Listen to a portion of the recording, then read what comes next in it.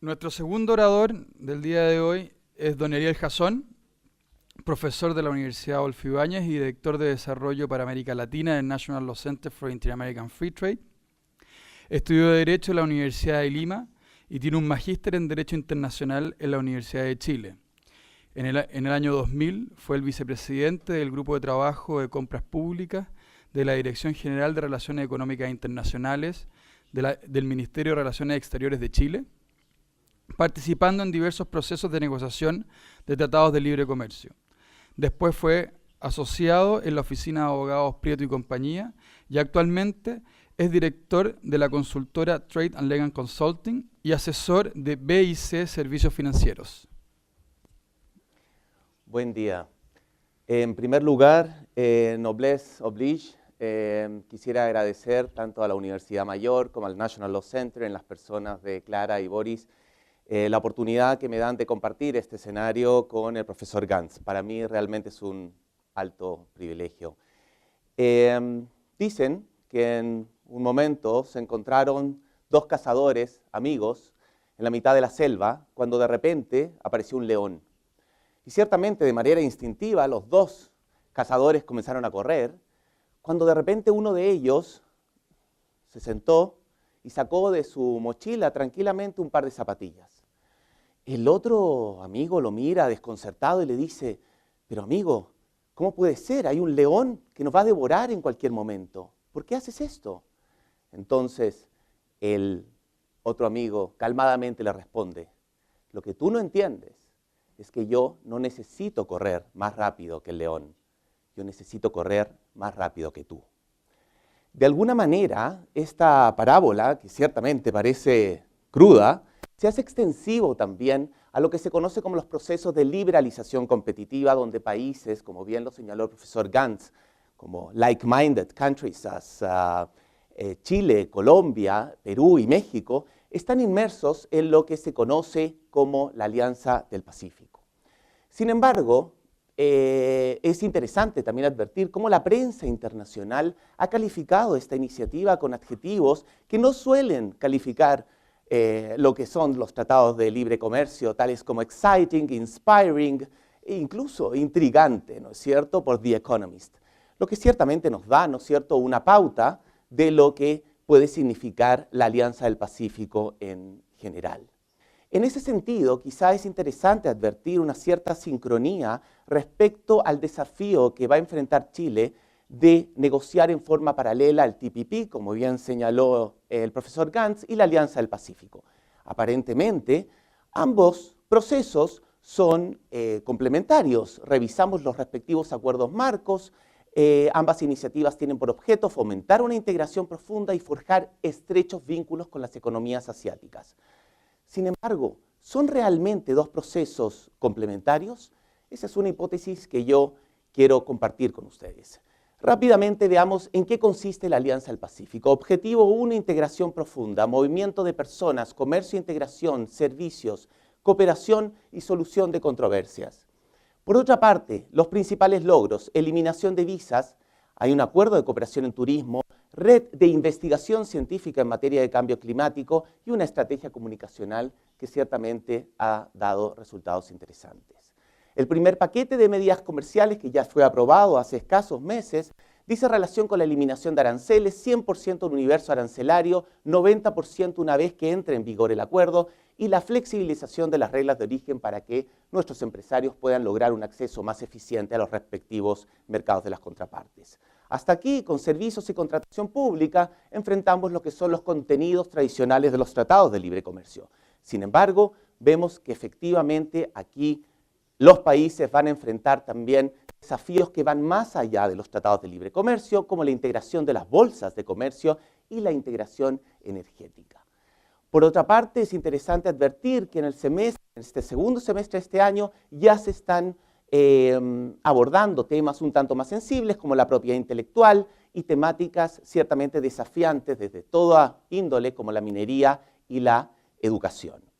En ese sentido, también es interesante advertir cómo los países que conforman la Alianza del Pacífico tienen en vigor acuerdos comerciales entre sí, todos además han suscrito acuerdo con los Estados Unidos. Aquí ustedes pueden apreciar una tabla que efectivamente nos da una señal de cuán abiertos son los 4 países respecto a terceros mercados. En estos gráficos podemos observar que la Alianza del Pacífico en su conjunto es hoy por hoy la 8ª economía más interesante y más importante del mundo, con un ingreso per cápita promedio de $13.000, un desempleo que apenas alcanza el 7%, y en el gráfico ustedes pueden apreciar cómo los países que conforman la alianza efectivamente lideran el contexto latinoamericano en este ámbito. Sin embargo, ¿cómo de alguna manera se aborda el tema de la Alianza del Pacífico respecto a Latinoamérica? Como bien señalaba el profesor Gantz, nosotros tendemos a generalizar el bloque latinoamericano, sin embargo, hay grandes diferencias. Es interesante advertir que los países que conforman la Alianza del Pacífico representan el 50% del comercio de América Latina, el 60% del comercio es representado en su Producto Bruto Interno y más del 35% de la población, ¿no es cierto?, de la Alianza del Pacífico respecto a Latinoamérica es también otro hecho objetivo que llama la atención.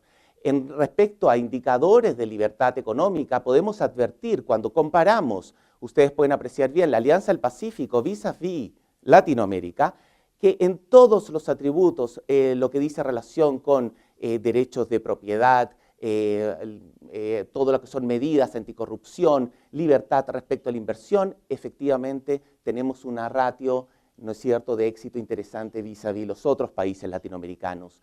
Ello también se hace extensivo respecto a indicadores tales como la facilidad para hacer negocios. Podemos apreciar cómo los 4 países de la Alianza del Pacífico tienen puestos muy interesantes respecto al panorama internacional y a nivel latinoamericano ciertamente lideran estos indicadores respecto a los países del Mercosur.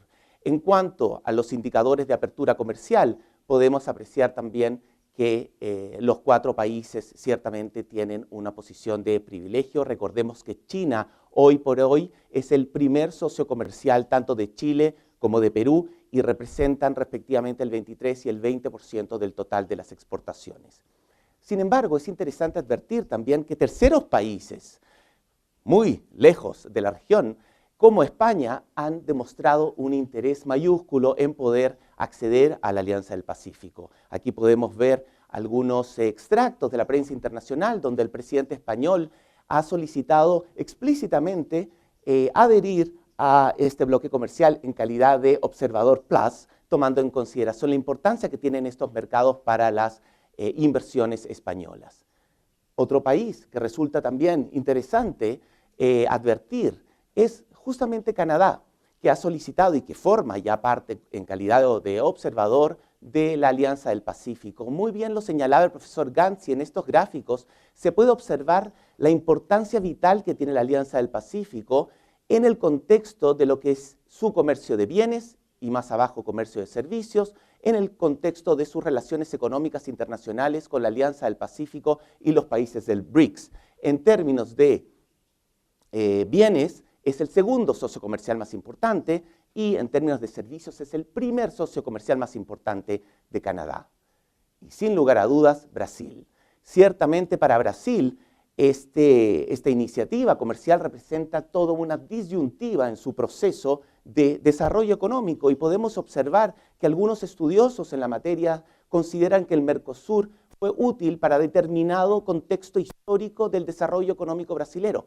De allí que paradójicamente la prensa internacional ha dicho que para Brasil esto implica un au revoir Mercosur y a bientôt, ¿no es cierto?, Alianza del Pacífico. Por otra parte, en el contexto del Mercosur también es interesante advertir la importancia relativa que tiene el comercio intra-Alianza del Pacífico e intra-Mercosur y ciertamente podemos también observar una ratio interesante en este paradigma.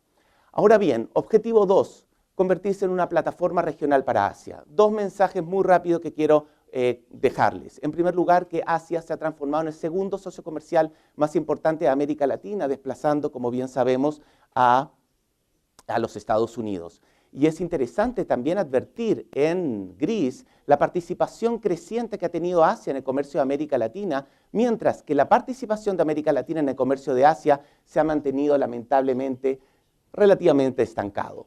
Por otra parte, es interesante advertir que desde el año 2004 se han suscrito 2 tratados de libre comercio entre países del Asia y América Latina. Sin embargo, hay grandes variaciones en términos de sus contenidos y alcances. Ahora bien, ¿cuáles son los riesgos que esta alianza representa para los países miembros? Para México, cuidado, NAFTA at work, ¿no es cierto? Como bien señalaba el profesor Gantz, de alguna manera México tiene el desafío de traer NAFTA a la casa, nuevamente al hogar.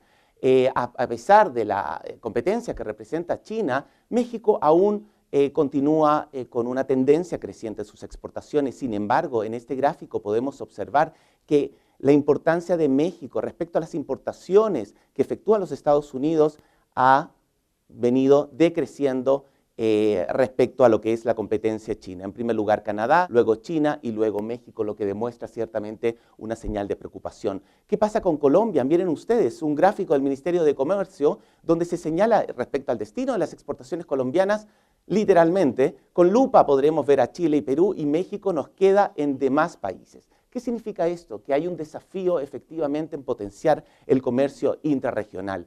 ¿Qué pasa con Chile?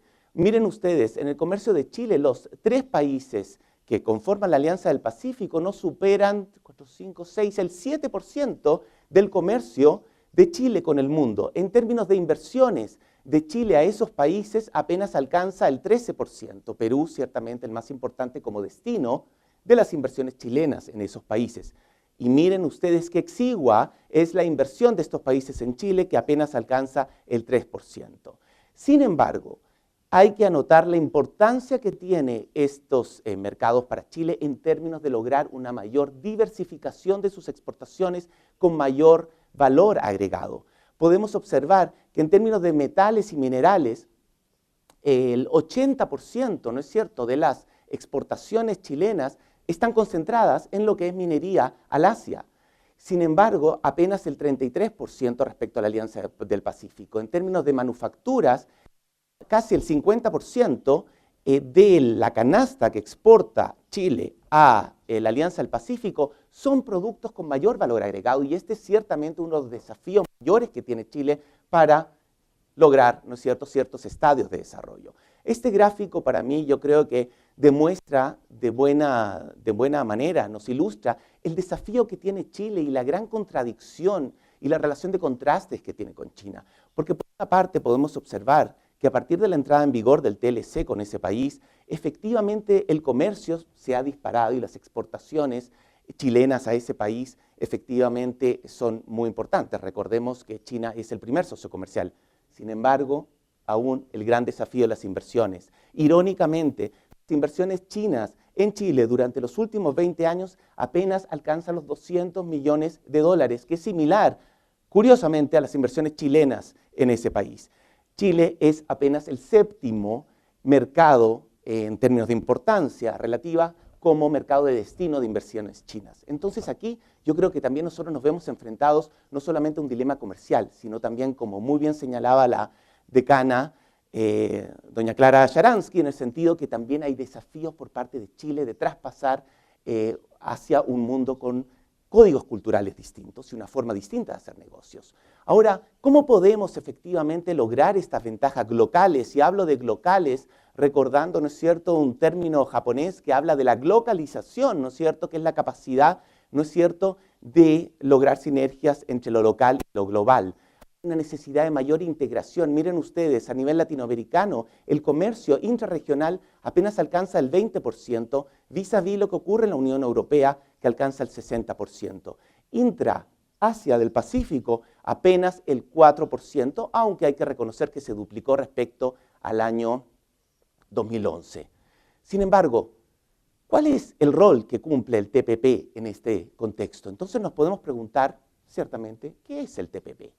No obstante, cuando hacemos una breve pesquisa, ¿no es cierto?, por internet y generamos algún tipo de consultas con algunos stakeholders locales e internacionales, vemos que hay ciertas aprensiones y por primera vez y de manera inédita en Chile, que es un país que de manera histórica ha logrado un 80% de su consenso, hay un consenso del 80% respecto a lo que es la apertura comercial. Sin embargo, con el TPP existen grandes críticas respecto a la forma y a la falta de publicidad y de transparencia que se ha dado. Entonces, en lugar de preguntarnos quizá qué es el TPP, cabría preguntarnos qué tiene de malo el TPP. Porque si vemos este gráfico podemos ver, ¿no es cierto?, la importancia que tiene, sobre todo para países, como bien señaló el profesor Gantz, como Canadá y México. Sin embargo, para Chile y Estados Unidos, el comercio con los países del TPP, al menos en términos relativos, no aparece tan importante. Entonces, ¿cuál es la real motivación de los Estados Unidos? Quizá es un tercer país, como bien señaló David.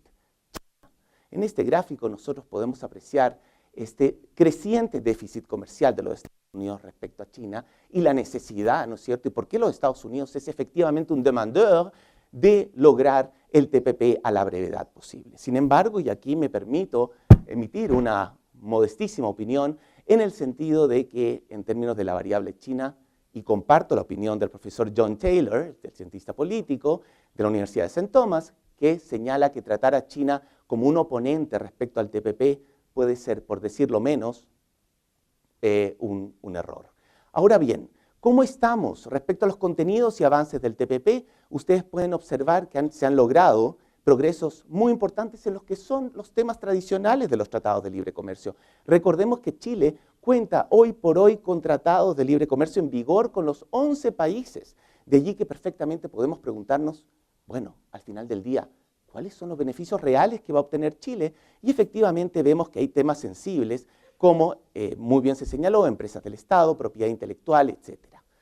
Y ya concluyendo esta presentación, creo que es interesante simplemente comentarles lo que señalan algunos expertos en la materia respecto a los potenciales beneficios. En primer lugar, le permitiría, ¿no es cierto?, a Chile negociar reglas de origen acumulativas, ¿no? Es decir, hacer un mix de lo que son las reglas de origen con otros tratados de libre comercio y facilitar la posibilidad de lograr los beneficios arancelarios por parte de empresas chilenas.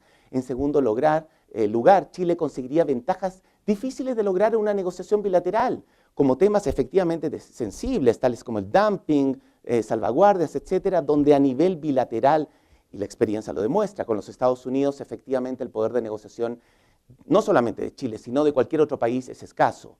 Sin embargo, también señalan que el TPP podría incrementar las exportaciones de Chile en 2.900 millones de dólares anuales al 2025. ¿Cuál es el lado opuesto? ¿Cuáles son las críticas? Quizá y fundamentalmente el hecho de que no se ha demostrado ni cualitativa ni cuantitativamente la afirmación de que nuestro principal costo sería no participar. No están claros, ¿no es cierto?, cuáles serían los beneficios en términos de acceso a mercados, teniendo en consideración que tenemos tratados de libre comercio con todos los países miembros. Y en segundo lugar, y no es menor, recordemos el reciente acuerdo por parte del Senado chileno en exigir mayor información a las autoridades competentes respecto a las propuestas que están hoy en día siendo producto de intercambio. Dos temas sensibles y puntuales y ya concluyendo mi intervención. En primer lugar, la propiedad intelectual. Aquí ustedes pueden apreciar, y lo leo literalmente, Chile, país que tan a menudo es indicado como un modelo de rectitud económica, ha sido marcado.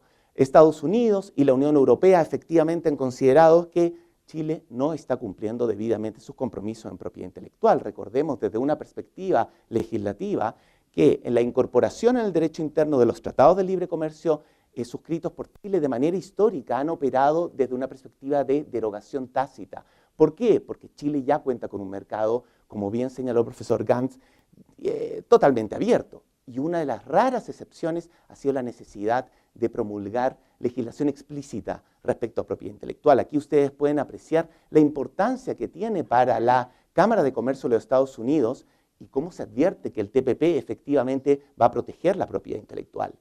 Solución de controversias inversionista-Estado, un tema que seguramente tanto a Boris como a David les va a apasionar. Miren ustedes que me llamó mucho la atención descubrir, ¿no es cierto?, esta afirmación por parte de un stakeholder local, en el sentido que señala que esta es una de las pocas herramientas que tienen los Estados Unidos para hacer que los gobiernos cumplan sus compromisos. Sin embargo, en la práctica estamos observando que los países están solicitando modificaciones importantes de los acuerdos de protección y promoción de inversiones porque se señalan que los inversionistas tienen poderes que exceden, ¿no es cierto?, y que van más allá y que pueden entorpecer efectivamente los espacios de soberanía que tienen los estados sobre este particular. Entonces, concluyendo, en definitiva, podemos preguntarnos, ¿el TPP será una limitante de la alianza? Porque efectivamente vemos que hay la fuerza de las propuestas regulatorias, el mecanismo de solución de controversia inversionista-Estado puede limitar el margen de acción de los gobiernos. O más bien, como bien lo señala la ministra de Comercio de Costa Rica, puede ser que la alianza, por el contrario, sea una plataforma para integrarse de manera más eficiente al TPP, ¿no es cierto? La respuesta quizá aún es un tanto prematura para entregarla. Yo creo que el próximo gobierno de Chile va a tener el gran desafío de generar algún tipo, ¿no es cierto?, de listado de prioridades respecto a estas dos grandes iniciativas y tomar una posición al respecto debidamente coordinada con la academia y con el sector privado. Y mientras tanto, para seguir con esta línea inspiradora, intrigante y desafiante de la Alianza del Pacífico, simplemente los quería dejar con algunos logos que forman parte de la estrategia comunicacional de este bloque comercial y que ciertamente puede inspirar que las autoridades nacionales tomen las decisiones correctas en beneficio de toda la sociedad. Muchas gracias.